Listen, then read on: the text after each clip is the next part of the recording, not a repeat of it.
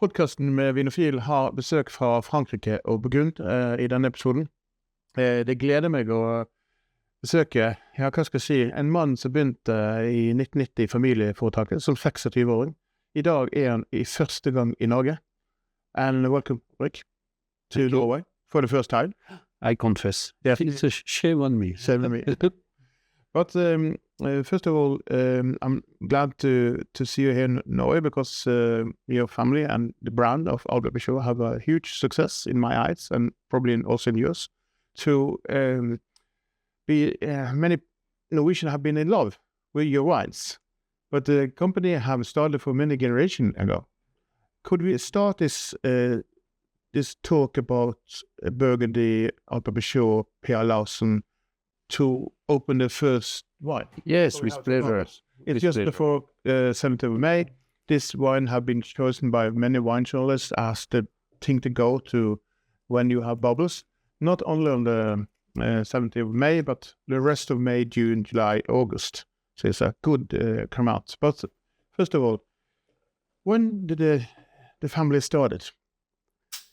In fact, the Bichot family is settled in Burgundy since the beginning of the 13th century. We founded some traces, 800 years. But really in the wine production, it started in 1831. So almost 2 centuries. Yes, we will celebrate our 200 years in 2031. Yeah. But Burgundy was a much different... So different. So different, yeah. And then today. I don't remember exactly how it was 2 centuries ago, but I can tell you... But it was the roads, it was food, and it was wine. Yes. It was good wine. But it didn't export so much as today. No, it's true. Yeah. No, the real trend to export Burgundy wine, it started in the 1920s. It was really the... Cheers. Thank you, Sven. But, okay, many generations have make a footprint. You can see when I visiting you in Bonn, you can see, oh, that building is ours, that building is ours, that building. So, but you're quite silent. I mean, it's no big signs and so on. This is a Burgundy style. You see, after I have the privilege to represent the 6th generation, preparing the 7th, I hope. Yeah. And no, we are not people to show off, to shine. No, all our life is really the wine production. All what we try to earn goes back to the business, to the business. But how many hectares do you have today? So today it's around 105 hectares. But if you come back 50 years ago, we had no vineyards anymore. Okay. Because after the Second World War, so we suffered a lot. The Bichot family, we were not on the good side. Yeah. Okay, so with the resistance, so they had to sell many vineyards. Even before in the 90s, with the economic crisis in 29. Yeah. So it's always I've been up and down. So yes, up and down. Today we are up. Yes, we are up. We are up, yeah. We are up. Yeah. Of course, when you have 105 hectares in Burgundy today, it's not. But are there some of the properties that you own today who have been in the family from the beginning? No. Unfortunately not. Because at the end of the 19th century, with the phylloxera crisis, so here again, it was the first time we lost almost everything. So we really restarted to buy vineyards, to take care of vineyards in the early 1960s. Yeah. And we started with La Côte de Nuit, with Domaine du Clos-Frontin. But the meal also, now from the 60s and 70s and into the 80s, it was still not a boom after Burgundy wines. In volume, yes. It was not for the higher quality than you make little, but it was not a struggle, but it was a small business. until the 1890s and now 2000 up, the scale have been explosive. Because what I have seen is that you have lots of new investment in the cellars and also in the buildings and so on, but it's a lot. And one of them we are more or less tasting today now is the Cremant. The Cremant. And it's true, the story that you're serving champagne in Burgundy and then you decide, I want to make my own. Yes, each time at my grandparents' generation, my father's generation, each time you welcome friends, foreigners coming from all over the world, you want to celebrate and to show you are so happy. So we used to open champagne. Cool. But one day we thought, we have Chardonnay in Burgundy, we have the Pinot Noir, we have some terroir, like in Champagne, maybe different soil. Why not doing our own sparkling Burgundy with a Cremant? But for 20 years ago, when you started, now I'm going to make you Cremant, other was doing the same. Is that because you saw the demand of it? It was just you wanted some... No, we wanted it. Yeah, we wanted in the portfolio. Yes. And we knew with some other friends that there is a potential for a top sparkling wine in Burgundy. And, because at a more reasonable price than some other sparkling. Because in Norway we have kind of segments where you have Prosecco in the bottom, more or less, in quality, and then you go up to Cava, you go, and then Cremant now, because of the huge amount of Cremant who's in the market, there are many, but this one here is priced a little bit more, but also a different style. Yes. Explain me how why. In terms of style, we really want to make it's a wine at first, before being just a bubble wine or a sparkling. It's a wine. And every year we make a blend of roughly 60% of Chardonnay, 40% of Pinot Noir. There is no aligoté, you see, no gamay. We try to find a good balance between the Chardonnay for the freshness, the crispiness, and the Pinot Noir for the body, for the power, you see. Because this have a little bit extra structure in taste. Yes. And it's normal. You probably taste many of the Burgundy Chardonnay, the Cremants, but this have an extra layer of taste. And that leads me to the next question, because we have set up with 2 glasses. And I asked you just before we started, what do you think about glasses? What is your point of view when we see this glass here, tin, for viewers who don't listen, you can see it in the video, but it's a tin champagne-formed glass or balloon. What is the correct glass for your opinion? The correct glass is the one you prefer. What I mean, that's a diplomatic answer. No, it's not diplomatic. It's really, what are you looking for when you drink a Cremant or a wine? Are you more, you want to search the power, the aromas? I remember to have some years ago a fantastic tasting with Maximilien Riedel. From the Riedel glass company. I thought he was bullshitting me. Alberic, come, we will taste the same wine, is 10 different glasses. I said, okay, Maximilian, let's try if you want.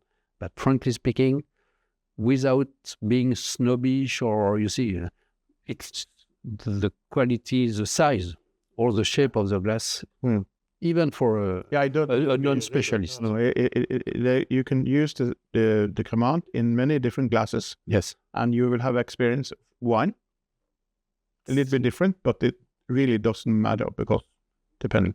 Well, it depends. It depends. Okay. Maybe.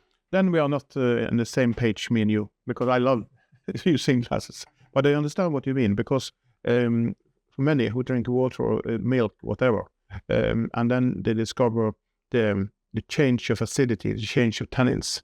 But if there's structure in the wine or volume, then it doesn't matter if a milk glass or so on, because if the taste is 100% of your experience, then you've lost. Because wine is, I agree. Is, for you, it's a part of something. It's never the whole picture. But I know that you served me when I was in Burgundy, Pomard from 1934. And at that time, you were serving in a perfect glass. And that was nice. Thank you. From your own cellar. So I know that you care, but you're diplomatic and say, okay, anything. But this, if you take the poorest Cremant in Burgundy, it's really have a big influence of taste. Really? Yes. Glasses. But Maximilian, he lives of selling glasses. I don't. Yes.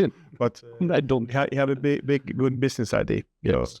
But I think this Cremant here is a good example of what is also necessary, and it leads me also to the next question. Why is not Cremant more expensive? Or do you have this is costing 50, 60 kroner more than normal, but are they possible to raise that price, that you have more expensive Cremant in the market? Or because when you have a quality like this, you can increase it. Yes, but why? At Albert Bichot, we want to not to develop ourselves, but to develop the recognition of Burgundy, the recognition of Albert Bichot. And if we are not elitist people, some others, they can be very, how can I say? We don't, at Albert Bichot, we don't make wine for speculators. I want you to drink my bottle. Yeah. Today or in 10 years' time, it's not the point, but if the Cremant is affordable, I think it's really a good news. And here you hear all listeners and viewers, you can hear the truth about what is different between a family-owned and a business-owned by investors company. He cares about how much the wine costs. He wants to make wine who is costable and drinkable fast or not for 15 years. He don't want to make investor wine who's cellar wine, who's just made to be in the cellar. And this is a big influence also for the Norwegian price, because you launch many wines, and throughout the years, I don't have the exact numbers, but it have been a big trip for you, with also the introduction of Per Larsen, and also win the tenders on the monopole. But Per Larsen, with your own words, how did it happen? Oh, the history of or the story of Per Larsen and Albert Bichot is for me one of the highlights of my past 10 years. That's good. Because it's a mix, a blend of history, modernity, and future. As Larsen was in the beginning of the 20th century, in 1920, 22. With the monopoly arriving, so we had to sell the wines, blah, blah, blah. And to reactivate, to reborn the brand Per Larsen, I found it a crazy idea. And when I met Pontus, and our friends from... the Finnish little guy, Yes. Yes, we know him, yes. But he's a good taster. Oh, he's a good taster. And with our big friends of Rebel. Rebel company is our distributors, importer here in Norway. So the team of the three, when they came to Bonn, just to understand how Albert Bichot is doing the wine, the philosophy. So we prepared some samples for the project. Yeah. And apparently... it was a match. Yes. Yeah. Because it's at first in the glass, the quality, but the human relation is so important. Yeah, but this is also difficult to get. I mean, if someone is coming to me, I've been making wine for a generation. So from you, in charge, and then suddenly Norwegian, a little bit Finnish in him. I want to blend my own wine. No, they're not so easy to get that kind of contracts. Really. And also when you also see, for the scaling was little in the beginning. I mean, some 10,000 bottles. But now it's selling over 100,000 bottles, and in future could selling more, because now it's in the basic listing of the monopole. And that's just fantastic. Yes, but we will have limits, because and it's so important to maintain the quality. Yeah. Year after year. When you take the example of the Per Larsen Coteau Bourguignon white, yes. It's made mainly with Chardonnay, of course, but it's a non-vintage wine. Yeah. Because we really want to keep the same style, almost same quality year after year. The the quest of excellence is so important for punters, for us, and for the consumer at a reasonable No, price. I remember when this wine was launched that we was taken by storm by the price, but also through the quality, but also the blending was a little bit different, but also that it was no vintage on the label.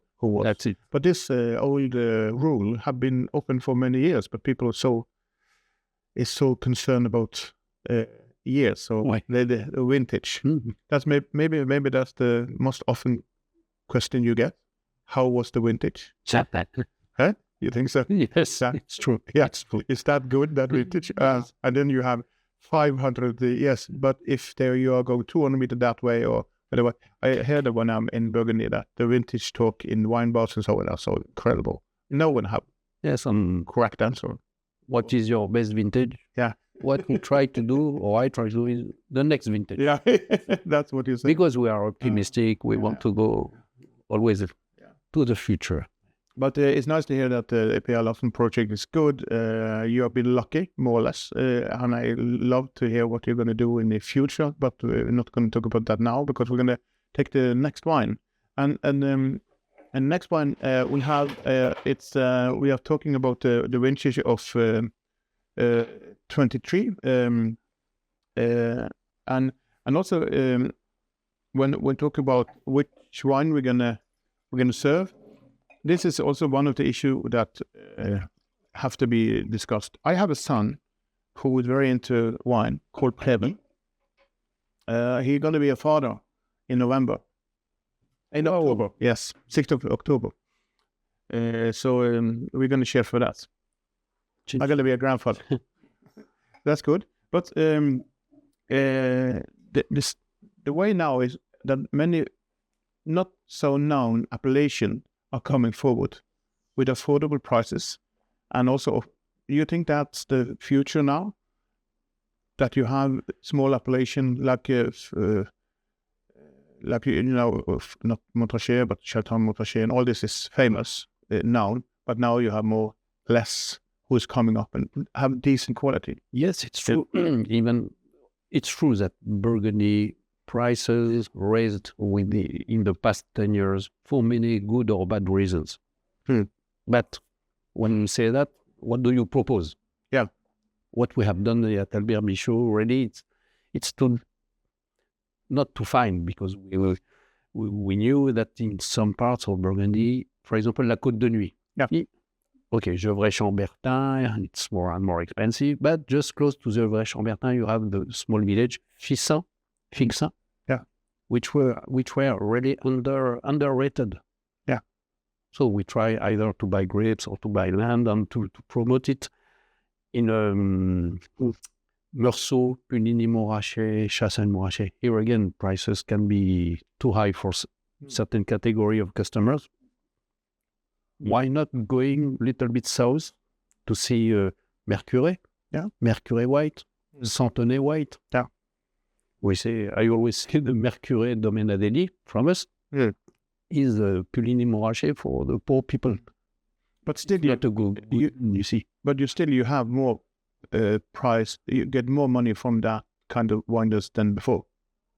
For sure. Yeah. Yes. So now it's possible to have resources into it. Yes. And it's okay. Now we invest in kind of in the area of you're buying grapes with decent quality. So it's possible that the market is there. Because if you go to any city in Europe and say, I have Burgundy white, a waiter could serve anything, so long it's made something like this. Mm-hmm. Yeah.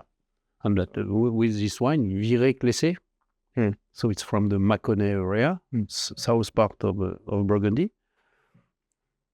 Shall we talk a little bit about Viré-Clessé? Of course. Oh, yeah. Viré-Clessé, it's a new AOC. Enfin, new. It has been created in 1998. Yeah, new. So for us, it's new. Okay. When you compare the 2,000 years of wine production in Burgundy, it's very new. It's before the name of Viré-Clessé was Mâcon-Viré or Mâcon-Clessé. Okay. But they decided the two villages, as it was probably the best wines of Mâcon area, to create their own name. So Viré-Clessé. And frankly speaking, It's not a blind tasting, but if you taste this wine blind, for me, it's very fruit-driven. Yes. The matured fruit. It have a good minerality, but the fruit is dominated still. And then you have a nice texture of oat. And the acidity is medium plus, but it's still there. But the length of the wine, it's good. It's a good, well-priced wine. And that's one of the key issues with Albert Bichot company, that the pricing is normal. And that leads me to a question. My son can't taste so much Burgundy that I have done. Yes. And the generation now they are not afford to taste the best. So what do you think Burgundy should do, or after your opinion, if you have been in charge to help people to get now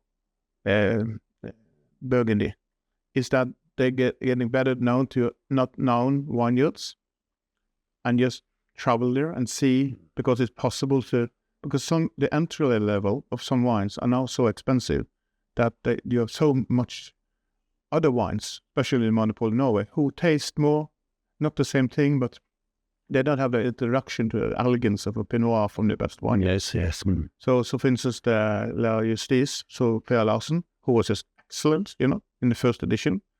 And then my son is saying, but I want to pay up to 100 euros for a wine and more, but they're so difficult to get because the allocation is poor and so on. So what do you think about this picture? No, I don't know what will be the future, but what we know, all of us, is that Burgundy is small in terms of quantities of potential.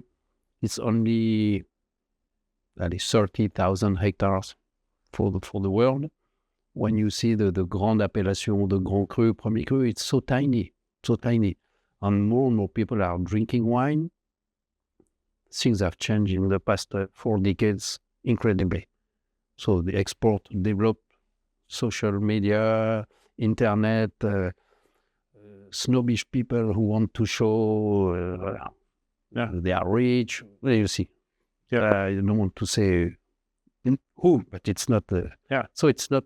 Maybe it's good for some people for the business, but at the end, it's a shame. Yeah, it's really a shame that nobody can afford now. So my recommendation, start with Macon wine, with a simple Bourgogne Pinot Noir or Haute Côte de Beaune, Haute Côte de Nuit. You enjoy, and maybe one day you can have an opportunity to drink once a year, twice a year, 3 times a year, a top bottle. Yeah. And Burgundy cannot expand. No. We are already at the maximum authorized to produce.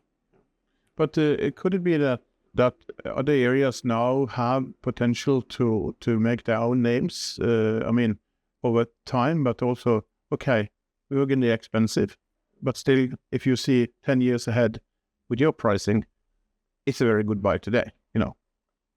If you see it compared to others, you have decent price philosophy, but also everything cost. You have to you don't get bigger because the prices for vineyards in Burgundy is expensive.